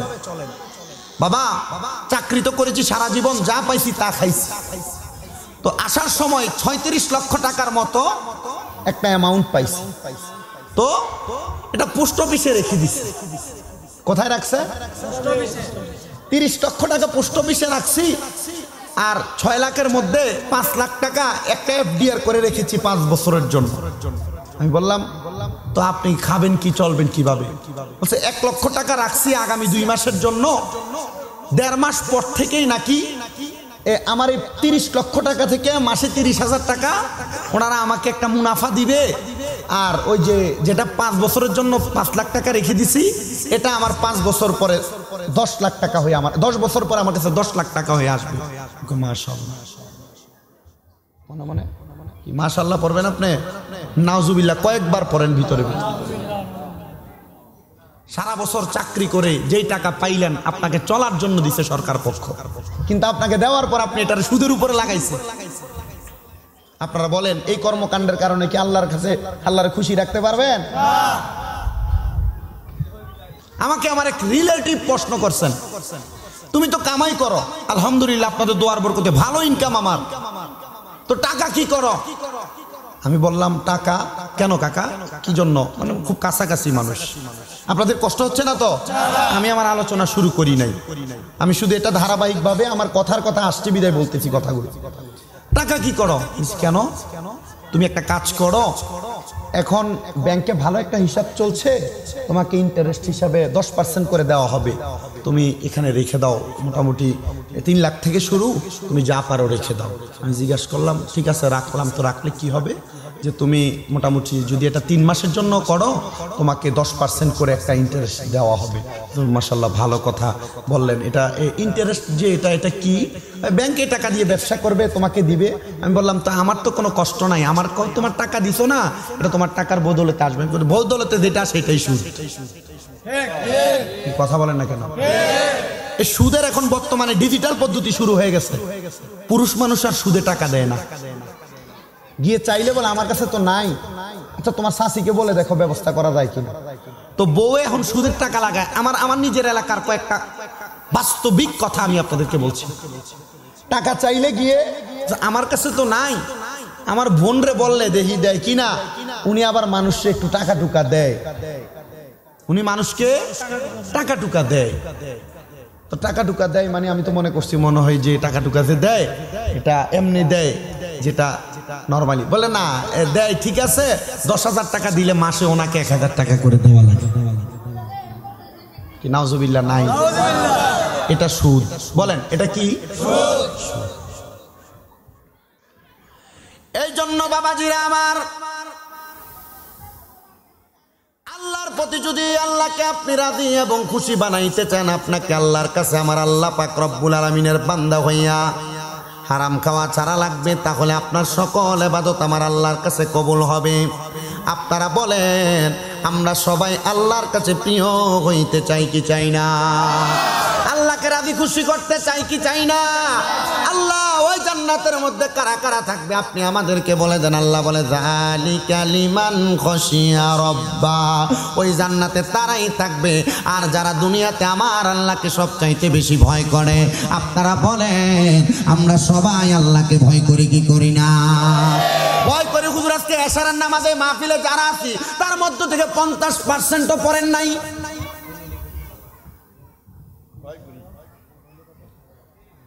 ভয় করি, কষ্ট হচ্ছে আপনাদের। আমি জানি মানুষ কখন আসবে, কিভাবে আসবে, মানুষ আনার সিস্টেম আমার কাছে আছে, কিন্তু এই এলাকাটা সুন্দর একটি আবাসিক এলাকার মতো ঢুকার সাথে সাথে আমার কাছে মনে হয়েছে আপনাদেরকে একটু গুরুত্বপূর্ণ কথা শোনাইলে মনে হয় আপনারা 2-1 জন যদি আমল করেন, সমাজ যদি পরিবর্তন হয়, সমাজ পরিবর্তন হলে একজন মানুষের দ্বারা আমার মনে হয় এই একজন চাইলে হাজার হাজার মানুষকে জান্নাতে নেওয়ার ব্যবস্থা করতে পারবে। কথা বলেন ঠিক না বেঠে? এই জন্য বাবাজিরা বন্ধুরা, আল্লাহ পাক রব্বুল আলামিনকে যারা বেশি বেশি ভয় করে ওই বান্দাগুলা দুনিয়ার জমিনের মধ্যে থেকে কবরে যাওয়ার পর জান্নাতের মধ্যে থাকবে। যে জান্নাতের নাম হলো জান্নাতুল আদন। আমার বাবাজিরা বন্ধুরা, ডাইনে বামে না গিয়ে আমি আপনাদের আলোচনার ধারাবাহিকতা বোঝানোর চেষ্টা করছি রে বাবারা, পর্দার অন্তরালের মা বোনেরা, আপনারা যারা যারা শুনছেন মনোযোগের সাথে শুনবেন। আমি আপনাদের কারো ছেলের মতো, কারো ভাইয়ের মতো, কারো সন্তানের মতো, কারো সমবয়সী, আবার কারো ছোট ভাইয়ের মতো মনোযোগ দিয়ে আলোচনা শ্রবণ করবেন। আল্লাহ পাক রব্বুল আলামিনের প্রিয় বান্দা যারা, আল্লাহ পাক সকল বান্দা এবং জিন জাতিকে বানাইলেন আল্লাহর ইবাদত করার জন্য। যেহেতু আল্লাহ ইবাদত করার জন্য বানাইছেন, আল্লাহর কাছে আপনি একটাবার জিজ্ঞাসা করেন আল্লাহ আপনার ইবাদত কি? আল্লাহ বলে 1 নাম্বার আমার ইবাদতের নাম হলো নামাজ। আপনারা বলেন আল্লাহ পাক রব্বুল আলামিনের কাছে সর্বপ্রথম ইবাদতের নাম হলো সর্বপ্রথম ইবাদতের নাম নামাজ। আমরা সবাই জানি, মুখে মুখে বলি কিন্তু আদায় করি না। আমার বাবাজিরা বন্ধুরা, পর্দার অন্তরালের মা বোনেরা, 1 নাম্বার ইবাদত নামাজ। আর আমার আল্লাহ পাক রব্বুল আলামিনের কোনো বান্দা যদি আল্লাহর পক্ষ থেকে অধিক পরিমাণ নিয়ামত হাসিল করতে চায়, অধিক পরিমাণ বরকত হাসিল করতে চায়, ওই 2 নাম্বার ইবাদতটার নাম হলো ওয়াকিরাতিল কুরআন। আল্লাহর কোরআন তেলাওয়াত করা। বলেন সুবহান। এমনও মানুষ আজকের প্যান্ডেলে আছেন আপনারা, যে 1 বছরের উপরে হবে কোরআন শরীফ ধরেও দেখেন নাই? নিজের বিবেককে প্রশ্ন করে। এমনও মানুষ এখানে আছে 1 বছরের উপরে হবে কোরআন শরীফ ধরেও দেখেন নাই। এমনও মানুষ আছেন কোরআন শরীফ খুলেও দেখেন নাই, ধরেছেন। এমনও মানুষ আছেন খুলেছেন, তেলাওয়াত করতে পারেন না। এমনও মানুষ আছেন হয়তোবা গত রমজানে তেলাওয়াত করেছেন, এখন পর্যন্ত করেন নাই। আমার এক ওস্তাদ আমাকে বলেছেন, যদি অধিক পরিমাণ রিজিক চাও, রিজিক টাকা পয়সা ধন সম্পদ আর কি, যদি চাও, যদি অভাব থাকে, দুনিয়ার মোহর জন্য না, নিজের প্রয়োজন সারার জন্য, তুমি প্রত্যেক দিন মাগরিবের নামাজের পরে সূরা ওয়াকিয়া তেলাওয়াত করবা। সূরা ওয়াকিয়া তেলাওয়াত করলে কি হবে? বলছে সূরা ওয়াকিয়া যদি প্রত্যেক দিন মাগরিবের নামাজের পর তেলাওয়াত করে, আল্লাহ তার রিজিক বাড়িয়ে দেয়। আল্লাহ তার রিজিক বাড়িয়ে দেয় সূরা ওয়াকিয়া। আমি পড়তে পড়তে মুখস্থ করে ফেলছি। তো সূরা ওয়াকিয়া তেলাওয়াত করা তো দূরের কথা, মাগরিবের নামাজের পরে একটা ইন্টারেস্টিং নাটক থাকে স্টার জলসাতে। বাংলাদেশের যত সোশ্যাল মিডিয়া এবং ইউটিউব চ্যানেল আছে, এই চ্যানেলগুলোর মধ্যে বেশিরভাগ চ্যানেলের মধ্যে নাটকগুলো পাবলিশ হয় মাগরিবের পরে। কথা বুঝতে পারতেছেন? তো এই জন্য তেলাওয়াত থেকে দূরে রাখার জন্য ইহুদি নাসারাদের বিভিন্ন কীর্তি কালচার প্রজেক্ট চালু হয়েছে আপনাকে ইবাদত থেকে দূরে সরানোর জন্য। কি কথা বলেন না কেন? আপনার সন্তানকে কোরআন শিক্ষা দিতে পারতেছেন না আপনি, কেন? কারণ আপনি কোরআন শিখাইবেন কিভাবে আপনার সন্তানকে? ইহুদি নাসারারা এমন কীর্তি কালচার চালু করে দিয়েছে, যে টাইমে সকালবেলা বাচ্চারা মক্তব পড়তে যাইতো, এই টাইমে বাচ্চাদেরকে এখন কিন্ডারগার্টেনে দৌড়ায়। কি কথা বলেন না কেন? কিন্ডারগার্টেনে দৌড়াচ্ছে। আপনি জানেনও না আপনার বাচ্চাদেরকে কোরআন তেলাওয়াত থেকে কত দূর সরিয়ে নেওয়া হচ্ছে। কি কথা বলছেন না কেন আপনি? হুজুর পড়া যাবে না কিন্ডারগার্টেনে? অবশ্যই পড়া যাবে, অবশ্যই পড়াবেন। আগে কোরআন শিক্ষা দেন। এই ছেলে যখন বড় হয়, বড় হওয়ার পর তার জন্য 1 ঘন্টার জন্য আলাদা আরবি টিচার রাখা হয়। জি না, আল্লাহ রসুল বলেছেন, কোন মা বাবা সন্তান জন্ম দেওয়ার পর ওই মা বাবার উপর 5টি দায়িত্ব আছে। বলেন কয়টি দায়িত্ব আছে? আমাকে প্রথম সাবজেক্ট দিয়েছিল প্রিয় নবী সাল্লাল্লাহু আলাইহি সাল্লামের জীবনীর আলোচনা করা। পরবর্তীতে আমি ঘরে আসার পর আমাকে বলেছে যে হুজুর, মা বাবার খেদমত এবং স্বামী স্ত্রীর মর্যাদার একটু আলোচনা করবেন। তা আমার আলোচনাতে আমি সব দিকে টাচ করি। মাহফিল কমিটি যে সাবজেক্ট দেয় ওই সাবজেক্টের উপরও কথা বলি, চারদিকের কিছু কথাও বলি। কারণ আমার এই জবান দ্বারা 10টা কথা শুনলে হয়তো একটা কাজে লাগবে, ঠিক না? এই জন্য তো রসুল বলেছেন, একটা সন্তানকে জন্ম দেওয়ার পর তার মা বাবার 5টি দায়িত্ব, কেউ জবান বন্ধ রাখবেন না। আপনারা বলেন, একটা সন্তান জন্ম দেওয়ার পর মা বাবার কয়টি দায়িত্ব? বলেন বলেন, আরেকবার বলেন। 1 নাম্বার দায়িত্ব, আল্লাহর হাবিব বলেন, সন্তান জন্ম নেওয়ার পর তার মা বাবার দায়িত্ব তার কানের মধ্যে আজান দিয়ে দেওয়া। 2 নাম্বার দায়িত্ব, সন্তান জন্ম নেওয়ার পর তার একটা সুন্দর নাম নির্ধারণ করে দেওয়া। আপনার ছেলের নাম নইন না, সাগুইরা। কি কথা বলেন না কেন? সাগর নামের কেউ থাকলে, নয়ন নামে থাকলে চেত না। তুমি আইডি কার্ডের নাম পরিবর্তন করার সিস্টেম আছে। এটা কয় নাম্বার দায়িত্ব? নবীজি বলেছেন 3 নাম্বার, 7 দিন অতিবাহিত হলে 7 দিনের দিন সন্তানের মাথা মুন্ডিয়ে দেওয়া, কামাইয়া দেওয়া। মাথা কি করা? মা বাবার দায়িত্ব। 4 নাম্বার, আল্লাহর হাবিব সাল্লাল্লাহু আলাইহি সাল্লাম বলেছেন, যদি মা বাবা যদি সম্পদশালী হয়, ওই সন্তানের নামে ছেলে হলে 2টি, মেয়ে হলে 1টি বকরি ছাগল আকিকা করা। কি করা? আকিকা করা। হুজুর, আমার সন্তান তো ছোট থাকা অবস্থা আমার ইনকাম ছিল না, এখন আমার ইনকাম আছে, এখন আকিকা করে দেন।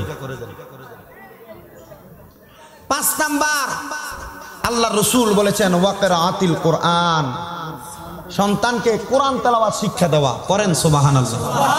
5 নাম্বার কি করা? কোরআন তেলাওয়াত শিক্ষা দেওয়া 5 নাম্বার। 5টা দায়িত্ব পাইলাম। বলেন তাহলে একটা সন্তানকে জন্ম দেওয়ার পর মা বাবার কয়টা দায়িত্ব? বলেন না কয়টা? 1 নাম্বার ওই সন্তানের কানে আযান দেওয়া, 2 নাম্বার সুন্দর নাম রাখা, 3 নাম্বার 7 দিনের দিন মাথার চুল মুন্ডাইয়া দেওয়া, 4 নাম্বার সন্তানের নামে আকিকা প্রদান করা, 5 নাম্বার সন্তানকে কোরআন শিক্ষা দেওয়া। এই 5টা প্রথম প্রাথমিক এই দায়িত্ব যদি কোনো মা বাবা পালন করে, তাহলে ওই সন্তানের মা বাবাকে বৃদ্ধ হওয়ার পর বৃদ্ধাশ্রমে যাওয়া লাগবে না। সন্তানের মা বাবা বৃদ্ধ হওয়ার পর 3-4 ভাইয়ের ঘরে জুদা জুদা সপ্তাহে 1 সপ্তাহে ঘর, আরেক সপ্তাহ ওই ঘর, আরেক সপ্তাহ ওই ঘর খাওয়া লাগবে না। কারণ আপনি আপনার সন্তানকে জন্মের পরেই প্রাথমিক শিক্ষার যে দায়িত্ব আপনি পালন করেছেন, আল্লাহ আপনার সন্তানের সিনার মাঝে ওই দায়িত্ব এমনি ফিট করে দিবে, এই মা বাবাকে বৃদ্ধাশ্রমে সন্তান দিবে না। কথা কি বুঝতে পারছেন? এবার আসেন, এর 4টা দায়িত্ব পূর্বে গেল, পারলেন কিনা এটা আপনার বিষয়। 5 নাম্বার যে দায়িত্বটার কথা বলা হয়েছে, 5 নাম্বার ওই দায়িত্বটা খুবই কঠিন। যেমন কোরআন তেলাওয়াতের কথা বলেছি। বলেন কি তেলাওয়াতের কথা বলেছি? আপনাদের কোনো কষ্ট হচ্ছে? কষ্ট হইলে আমার কথাগুলো শোনার চেষ্টা করবেন। আমি বলছি আমি মূর্খ, আমার পূর্বে যিনি বয়ান করেছেন আমার থেকে অধিক পরিমাণ জানেন। আমার কথাগুলোর মধ্যে যেটা আপনার ভালো লাগবে আপনি আমল করবেন, যেটা ভালো লাগবে না বর্জন করবেন। রাজি আছেন না? আমাকে আগে বলছে, কারণ আমাদের ইউটিউবে জিকির আজকারগুলো শোনেন ওনারা, আমাদেরকে আনেন এগুলা একটু কঠিন সুন্দর করে শোনানোর জন্য। তা আমি সবই শোনাইতে পারবো, তা আগে জরুরি দিয়ে একটা কথা বলি নাকি? হ্যাঁ, জরুরি কথাগুলো দরকার আছে। হ্যাঁ আব্বু আব্বু খেয়াল রাখবেন। মাদ্রাসা পাঞ্জাবি পায়জামা পড়ছে, এটা ভালো বোঝা যাচ্ছে, এটা মাদ্রাসায় পড়ে মনে হয় না? হ্যাঁ ঠিক আছে, যা পড়ছে চলো কেরে কিছু বললেন না, এর সাউন্ড ঠিক আছে,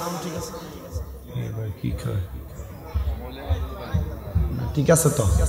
এখানে কি ভাইয়া কথা বললে তো আওয়াজ হবে না।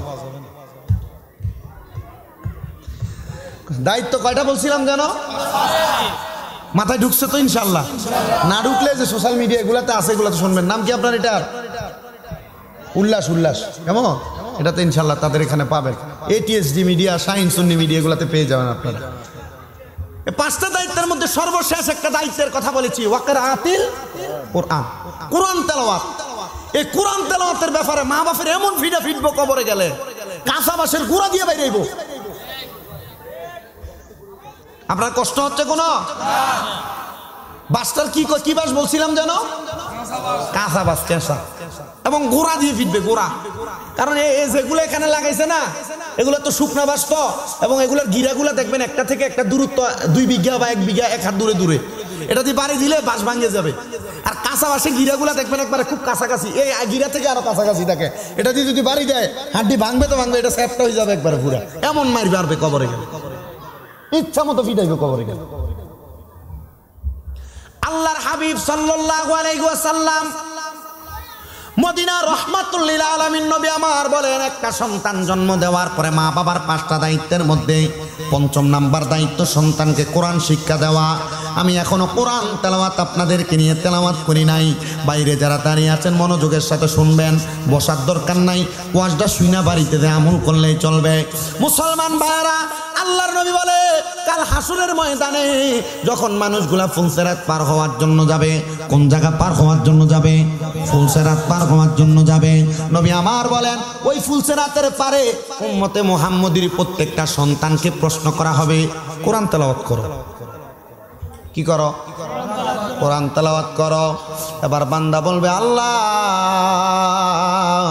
ও রহমতের ফেরেশতারা, আমি কোরআন তেলাওয়াত করতে পারি না। বলে কেন পারো না? এবার সন্তান দোষ দিবে, মনে করেন আমাকে প্রশ্ন করলো কোরআন তেলাওয়াত করো, আমি বললাম আল্লাহ কোরআন তেলাওয়াত করতে পারি না। এবার বলবে কেন পারো না? এবার ছোটবেলায় কোরআন তেলাওয়াত শিখানোর দায়িত্ব কার ছিল? মা বাবা। কার ছিল? বলবে আল্লাহ আমার মা আমার বাবা আমাকে ছোটবেলায় কোরআন শিখায় নাই। 2 কেজি ওজনের 2 কেজি ওজনের ব্যাগ, বইয়ের ব্যাগ আমার কাঁধের মধ্যে চড়াইয়া দিয়া সকালবেলা চোখ ডলতে ডলতে আমারে কিন্ডার গার্ডেনে পাঠাইছে। আমারে কোরআন শিখায় নাই। ও আল্লাহ, আমি এই জন্য কোরআন শিখি নাই, কারণ আমার মা বাবা আমাকে কোরআন শিখায় নাই। সন্তান তার মা বাবার দোষ দিবে, মা বাবার। এবার আল্লাহ ডাক দিয়ে বলবে, এ ফেরেশতার দল, এই সন্তানের মা কোথায়, এই সন্তানের বাবা কোথায়, তাদেরকে ডাক দাও।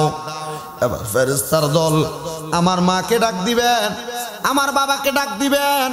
এবার মা বাবা দুইজন যখন আসবেন, তাদেরকে প্রশ্ন করবে, তুমি তোমার সন্তানকে কেন কোরআন মাজিদ শিক্ষা দেও নাই, তুমি কেন তোমার সন্তানকে কোরআন শিখাও নাই? এবার বাবা উত্তর দিবে, আমি সারা রাত্র কর্ম করে বাড়িতে আসতাম, সকাল 10টা পর্যন্ত ঘুমাইতাম, সন্তানকে কোরআন শিক্ষা দেওয়ার সুযোগ আমার ছিল না, আমি দুনিয়ার কর্মব্যস্ততার মধ্যে সময় কাটাইলাম। স্ত্রীকে বলা হবে, হে আল্লাহর বান্দি, তুমি কেন তোমার সন্তানকে কোরআন শিক্ষা দেও নাই? বলে, আমার সন্তানকে কোরআন শিক্ষা দিব কোন সময়? জেনারেল শিক্ষা অর্জন করার জন্য সকাল 7টার মধ্যে যাইতো, আবার 11টায় আসতো, গোসল করতো, দুপুরের খাবার খাইয়া আবার দুপুরের পরে কোচিং করার জন্য চলে যাইতো, আসরের সময় খেলাধুলা করতো, মাগরিবের পরে আবার প্রাইভেট মাস্টারের কাছে পড়তো, এশারের সময় আবার খাওয়া দাওয়া করে ঘুমাইতো। আমার সন্তানকে আমি কোরআন তেলাওয়াত করানোর মতো সময় পাই নাই। ও বাবা, আপনার যেই সন্তান আপনার চোখ ঘোরানি দেখলে আপনার সন্তানের পায়জামা গরম হয়ে যায়, যে সন্তান আপনার চোখের দিকে তাকে কথা বলে না, যে সন্তান আপনার শরীরের সাথে একবার পাও লাগলে আপনাকে 10 বার সালাম করে, আল্লাহর নবী বলে, কোনো সন্তান যদি কোরআন তেলাওয়াত না করতে পারে তার বাবাকে দোষ দিবে, আর ওই সন্তানের বাবাকে ফুলসেরাতের এই পার আর ওই পার লম্বা করে শোয়া দেওয়া হবে। নবী বলে, ওই সন্তানকে বলা হবে, তুমি তোমার বাবার বুকের মধ্যে পাড়া দিয়ে ফুলসেরাত পার হও। জোরে বলেন নাউজুবিল্লাহ।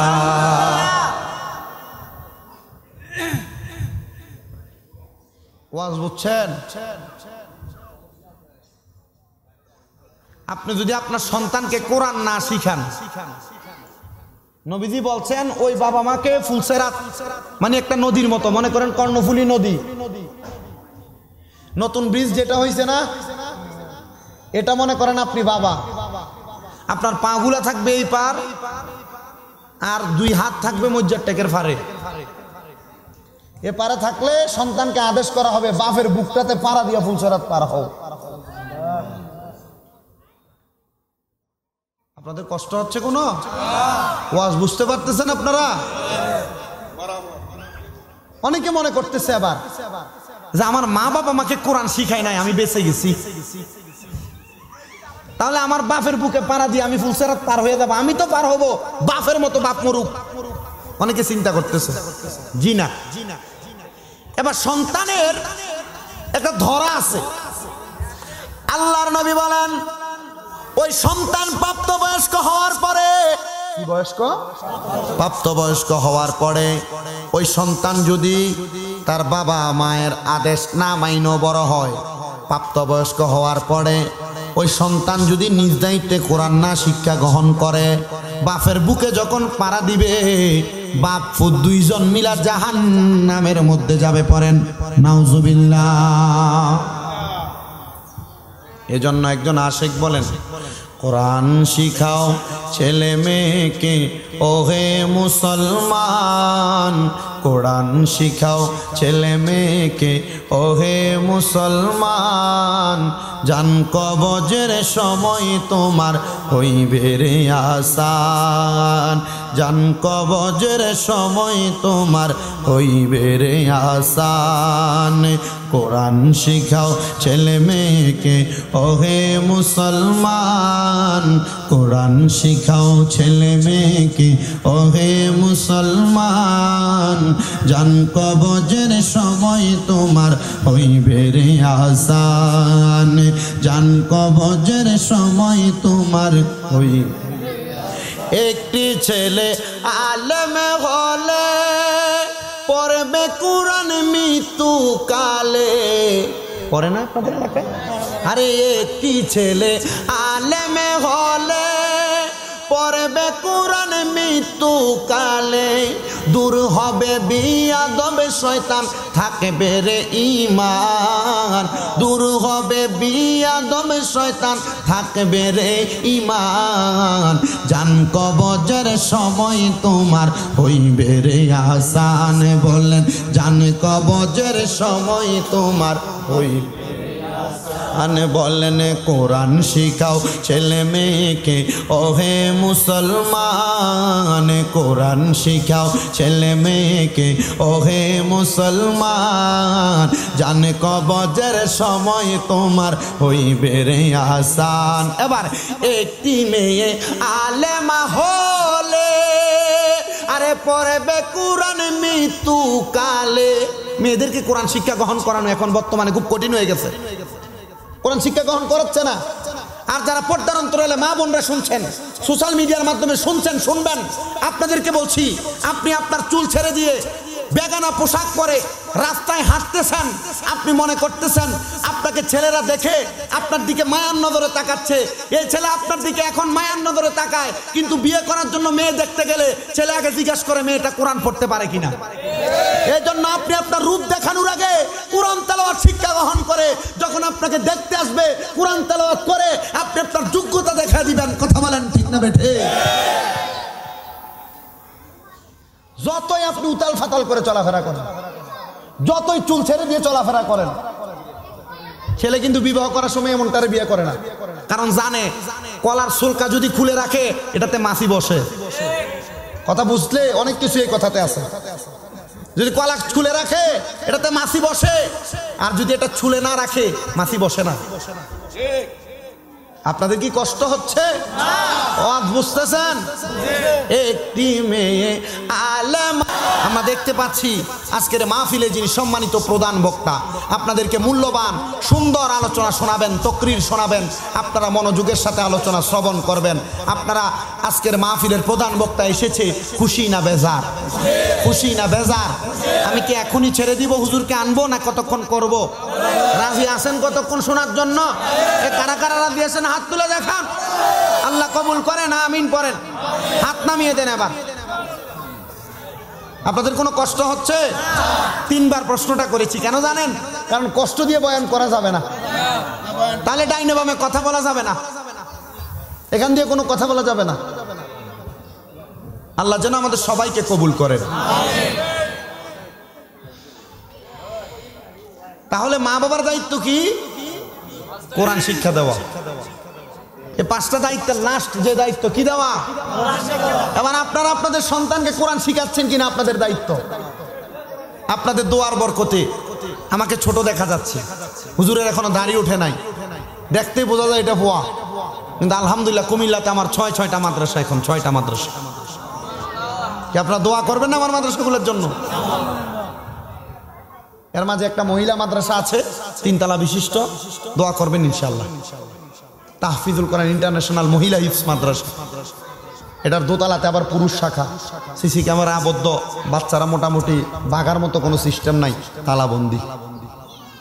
একদিন একটা হুজুর নামাজ পড়তে দাঁড়াবে, অজুর নাম দিয়ে অজু করতে আসি, পিছনের দরজা দিয়ে বাইরে হয়ে চলে গেছে। খুব কষ্ট মাদ্রাসা চালাইতে। তাহলে আপনারা দোয়া করবেন তো ইনশাআল্লাহ? দোয়া করবেন। তো যেই কথাই ছিলাম, মা বাবার এই দায়িত্বগুলা পালন করতে হবে, করবেন না ইনশাআল্লাহ? আল্লাহর ইবাদতের মধ্যে দ্বিতীয় ইবাদতের ধাপের আলোচনায় ছিলাম কোরআন তেলাওয়াত। অনেকে আছেন কোরআন তেলাওয়াত করতে পারেন না। আপনাদের মনে কি একবার ব্যথা জাগে না যে আমি তো কোরআন তেলাওয়াত করতে পারলে হয়তো আল্লাহ পাক রব্বুল আলামিন চাইলে আমাকে নাজাত দিতে পারত। আপনি কোরআন তেলাওয়াত করতে পারেন না, আপনার কাছে কষ্ট লাগে না? লাগে। নবীজি বলেছেন এই কোরআন তেলাওয়াত যারা করে তাদেরকে আল্লাহ পাক রব্বুল আলামিন তাদের চেহারাটাকে নূরান্বিত করে কবরের মধ্যে তুলবেন। আসেন, যারা কোরআন তেলাওয়াত করতে পারেন না তবু তো কোরআনকে সময় দেন না, আপনার যেন সময় দেন। আপনাদেরকে একটা ছোট্ট ওয়াকিয়া শোনাই। ওয়াকিয়াটা কি?